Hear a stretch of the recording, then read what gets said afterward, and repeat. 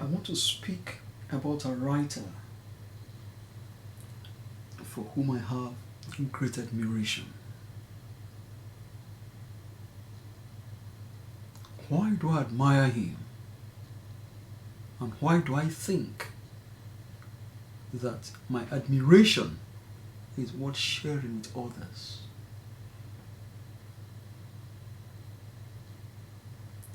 I think this thinker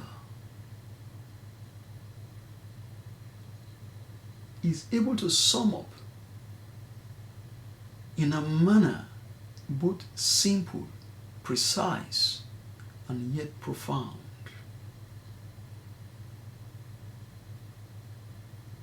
certain fundamental insights about the human condition, about human possibility and aspiration, in such a manner that these formulations of his resonate in the mind years after one first encounters them.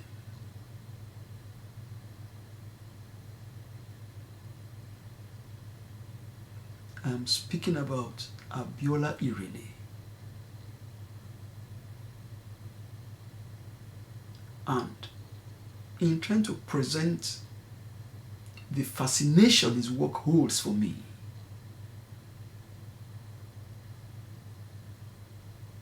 I have thought of where I should begin.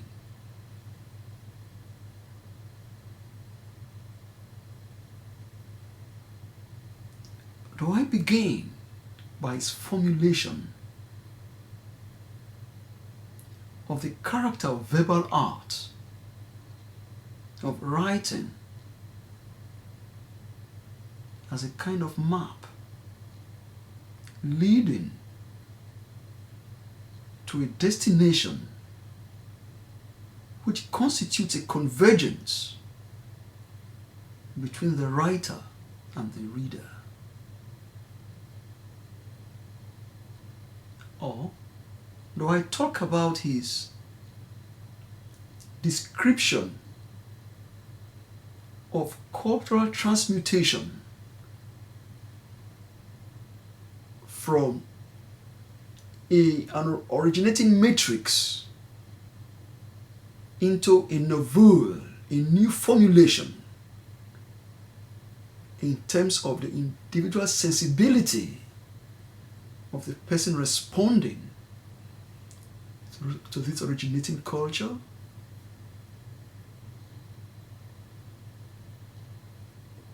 Or do I discuss his ideas about non-linearity in modern science and the possibility of interpreting these ideas, of describing them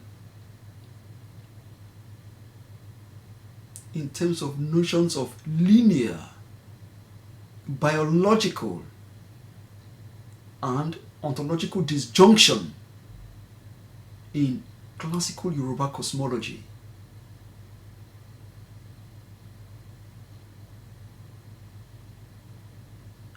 Or do I go to his summations about the philosophy of negritude, where he discusses most enticingly, most tantalizingly, some very seductive ideas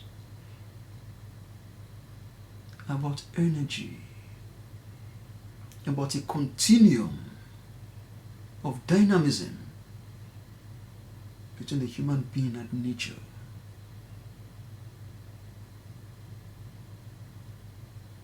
Or do I look at his reflections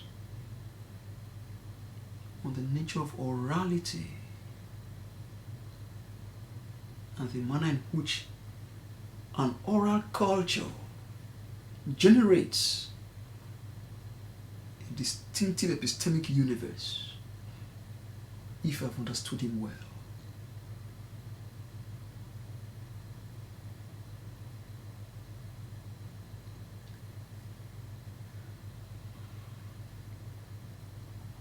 I think for the moment, I will begin with what I describe as his flagship collection, the book titled The African Experience in Literature and Ideology. And look at my favorite essay in that book and read briefly some of my favorite sections in that essay. The essay is titled Tradition and the Yoruba Writer. Dio Fangunwa, Imostotuola, and Olishoyinka. The section that fascinates me in this essay is of some length, which I wouldn't want to read all out. But I want to focus on certain unique descriptions he does make. And I am particularly fascinated by his formulation of the concept, what I would call Forester's cosmos. He is writing about Fangunwa, a Yoruba writer, and he puts it this way.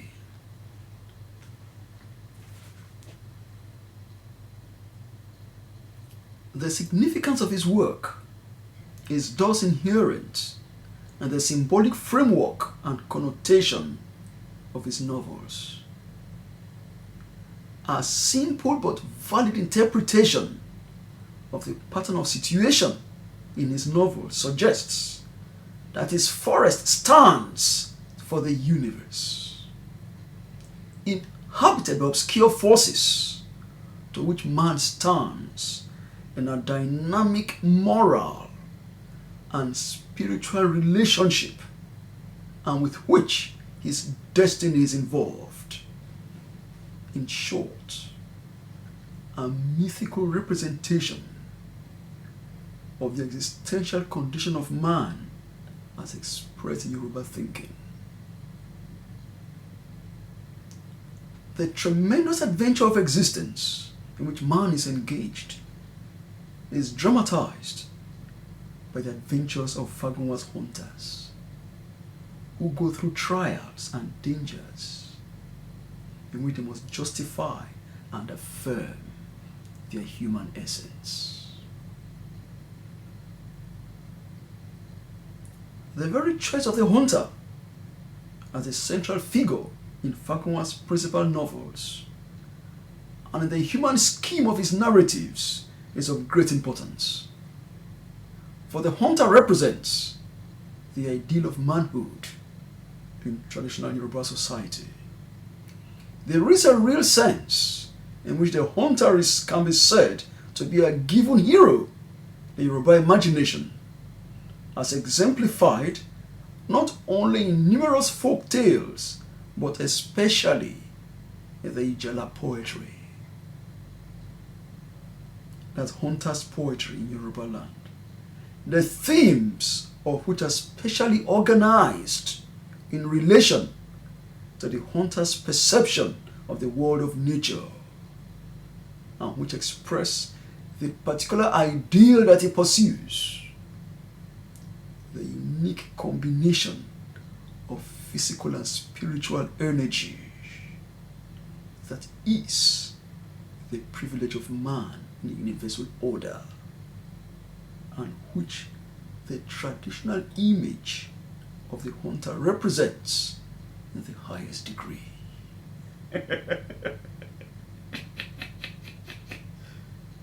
Oh gosh! He then continues. There is then a humanist vision of a special kind inherent in the symbolic foundation of Fangunwa's novels. They express a sharp awareness of the necessity implied by man's precarious existence for an active confrontation of the world, as well as a triumphant affirmation of man's central place in the entire scheme of creation.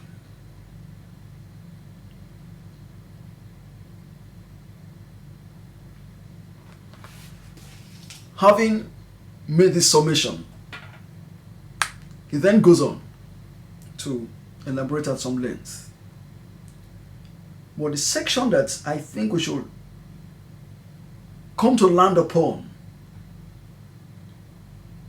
is when he now tries, or rather succeeds, in summing up a philosophical statement about man and cosmos in this work in relation to Yoruba cosmology. For the Yoruba, the balance of human life, the very sense of human existence, consists in the dynamic correlation of individual responsibility and the pressure of external events and forces.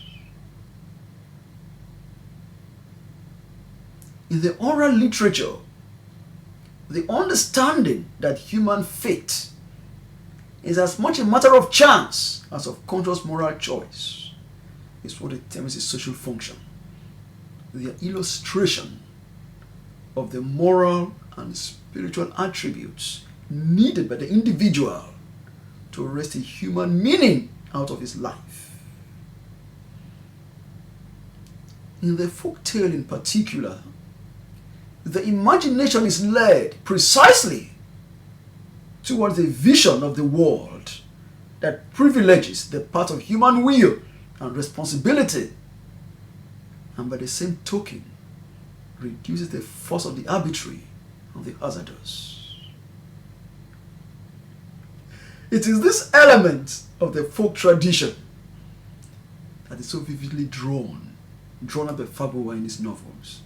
The trials and terrors, the forces that his heroes confront in their adventures, set up on the one hand the fragility of man, but on the other, by an ironic reversal, emphasize the very strength of his moral and spiritual resources through which he triumphs over nature.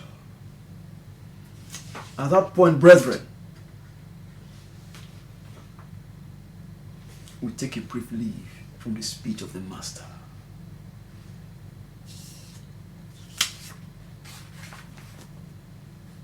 Now, I would like to say something about why these words are so beautiful, about why they are so meaningful,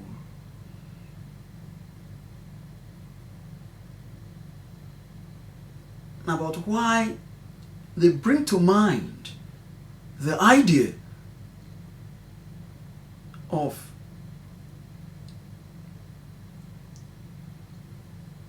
a creator of meaning scribing forms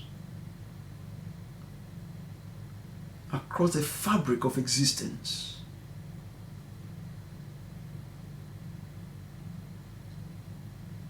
Which our wandering eyes, ages to come, gaze upon, trying to interpret.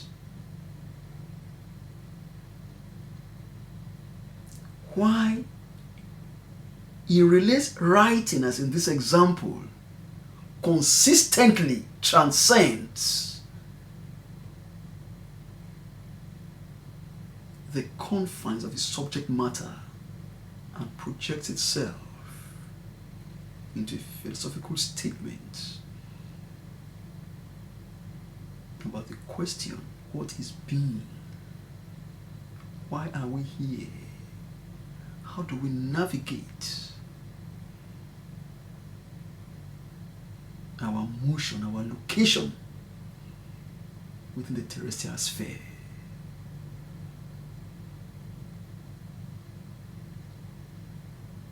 In order to say something, even if brief, since you've done quite a lot of reading, I will descend briefly from this conceptual height and just use a striking poem to sum up what Irele is trying to say. this poem is derived, is an example of the Ijala poetry Irele is alluding to.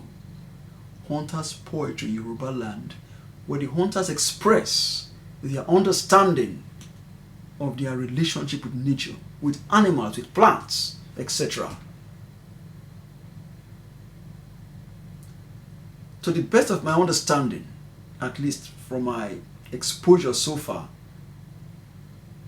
it is certain that the pioneering work in this field, sorry, I've forgotten the writer's name, is a great name in Yoruba studies. It's a classic name, and it's almost sacrilegious not to remember the name. But since I'm insisting on giving these discussions in an extempore manner, so as to express what Christ puts it as, from the abundance of the heart the mouth speaketh, I want to speak of what I've been able to internalize, not necessarily what I now need at this present moment to educate myself on, even though education is a consistent process. But what have you been able to distill within yourself? So I have distilled this writer's work, this scholar's work, but his name escapes me at the moment. And there is this wonderful poem titled Salute to the Baboon. And if I could remember parts of it, it goes something like this. Lahadugi, he who taught the dog how to hunt. And after the dog had learned how to hunt, the dog ate up the baboon. He from whom the hunter has not received a wife, yet who receives self-prostration homage from the hunter. Ah, baboon, I saw my forest farm munching away, munching away. Gentleman on the treetop, whose fine figure intoxicates him like liquor. He whom his mother gazed and gazed upon and burst out weeping, crying that her son's handsomeness will be the death of him.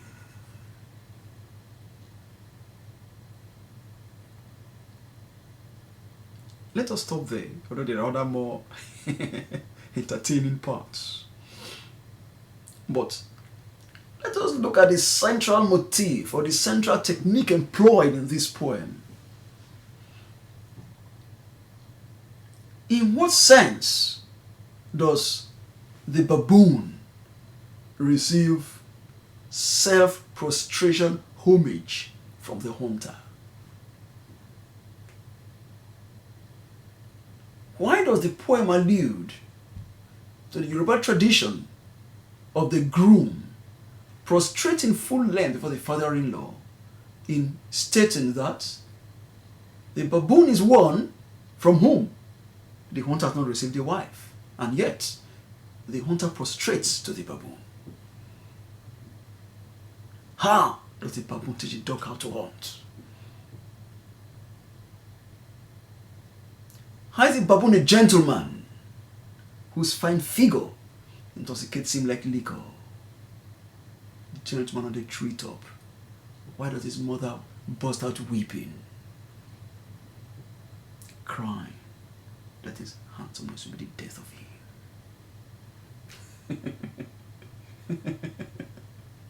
The thing is so funny. Imagine a baboon's mother gazing at the baboon and weeping that my son, you are so handsome, it's going to be a problem.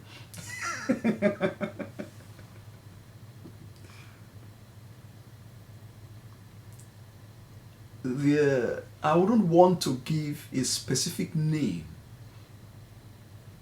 to the technique being used, because I think that the idea of the practice of pinning down the expressive strategies of writers by naming their methods, valuable as it is, has to be handled discreetly lest it seem as if by naming we have fully understood, when in fact, and Dorothy Sayers puts it in speaking of the great Italian writer Dante, that a great poetic image cannot be understood fully, if at all, in terms of the sum of its parts. It's not like an object which you put apart, understand its structure, and then you put back and say, okay, I've understood it. No. At all. It's actually a form with a hole in the center, a depth that cannot be fully plumbed, and that succeeding generations will go deeper and deeper and yet not reach the bottom. That is why one finds with great writers, with fine works of art, interpretations expound, they proliferate as the centuries roll on. So for the moment, I will not try to interpret the poem, but I will respond to the beauty of the poem.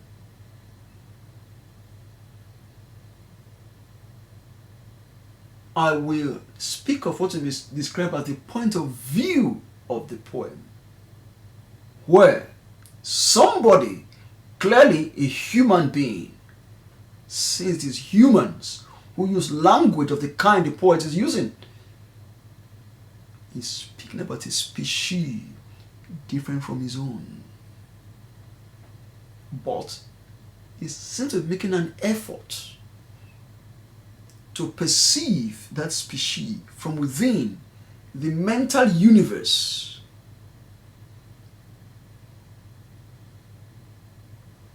of the being is describing. Is it possible to live in the mind of a baboon? Can one approximate such a mental world? Or is a poet actually firmly fixed in the human world and yet romanticizing, making exotic, entertaining himself at the expense of the baboon? Whatever the case may be, we observe here that one may speak of some level of reverence, a degree of respect for the baboon. The baboon is handsome. The baboon is respected.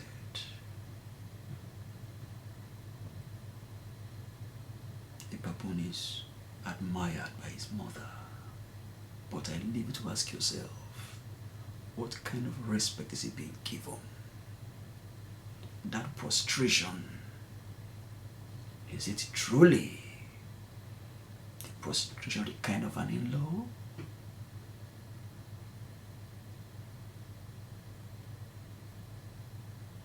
As the hunter watches the baboon,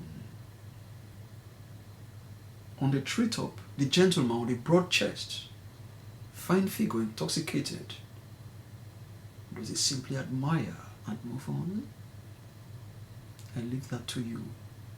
Then that brings us to what Irele is saying so beautifully. I would have loved to be able to quote Irele in the way you quote a poem, because his words are profoundly poetic in terms of the unique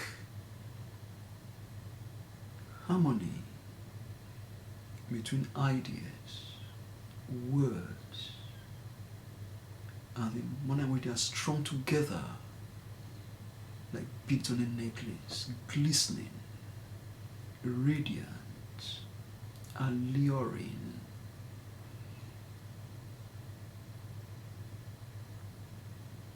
He said something about the universe, about the forest, as standing for the universe. The hunter as representing the human being who must cope with the challenges of the forest, just like you and I must cope with the forest of existence.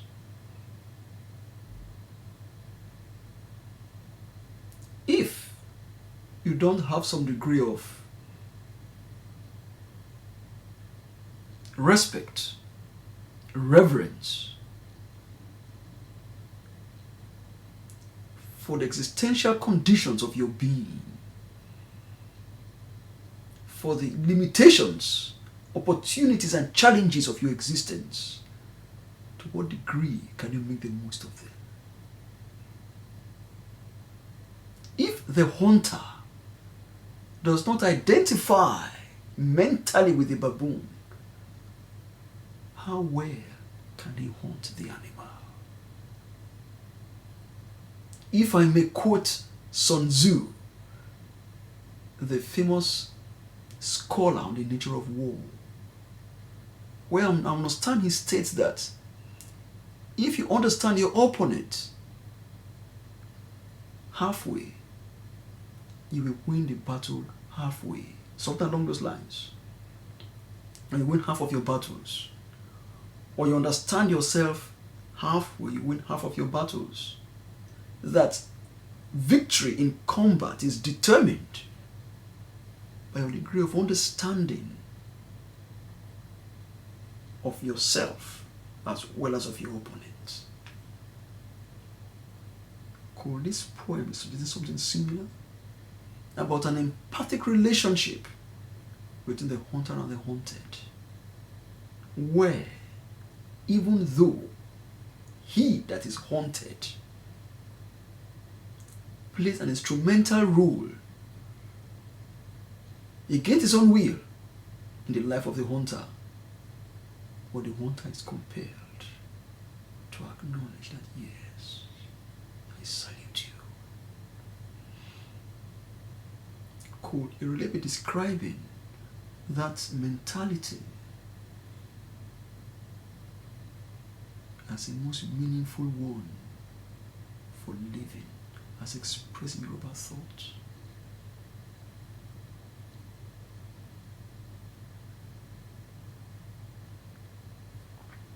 I have a keen interest in Yoruba philosophy and cosmology, and in my exposure so far, I will not pretend it is thorough, but in my exposure to discussions of Yoruba philosophy and cosmology in modern terms, in terms of modern thought, in my exposure to such discussions in the visual arts, in the verbal arts, in literature, this summation by Irele is one of the most insightful. It's a profound classic, and it can be related also to other cultures which describe nature as a microcosm.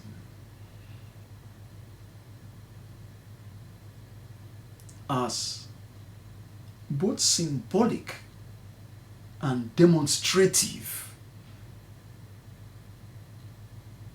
of the embedding of the human being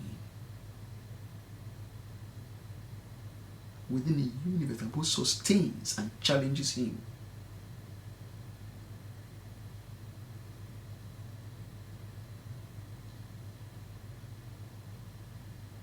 At this point, I'll stop. Another day, I will look at another passage or even a line from Irele. Thank you.